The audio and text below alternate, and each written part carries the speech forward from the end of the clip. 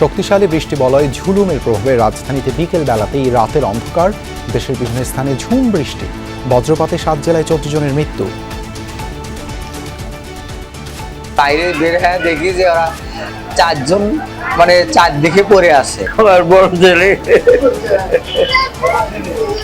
মাসুম বাচ্চা আর আছে 3 বছরের একটা মেয়ে আছে।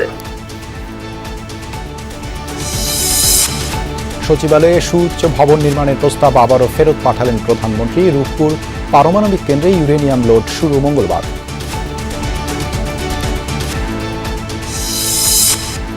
ফ্লোরিডায় 2 পিএইচডি শিক্ষার্থী হত্যার তদন্ত ও বিচার চায় ঢাকা।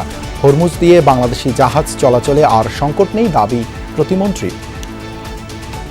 ডেড বডি ফিরিয়ে আনার ব্যাপারে তাদের যে অটোপসি করতে হবে, তাদের যে লিগ্যাল কাজগুলো আছে, এগুলো কমপ্লিট হলে আমরা দেখছি যত তাড়াতাড়ি সম্ভব রিপ্যাট্রিয়েশন করব।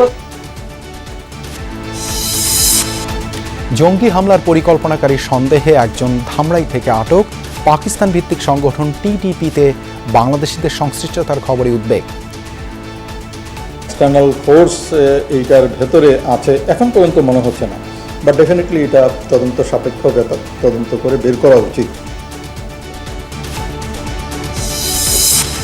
হামে আরও 8 শিশুর প্রাণহানি, মারা যাওয়াদের অনেকেই সঠিক সময়ে পায়নি টিকা। ঢাকার হাসপাতালগুলোতে বাইরে থেকে আসা রোগীর চাপ। শ্বাসকষ্ট দেখা দিছে, কয় নাকি হার্টবিটে পানি জমছে। সুস্থ আছে কিন্তু এখন তো কোনো উন্নতি পেতেছে না, জ্বর কমতেছে না, পাতলা পায়খানা। চিকিৎসা চলতেছে, এখন কবে সুস্থ হইব তার জানি না। এছাড়াও রাতের বাংলাদেশে থাকছে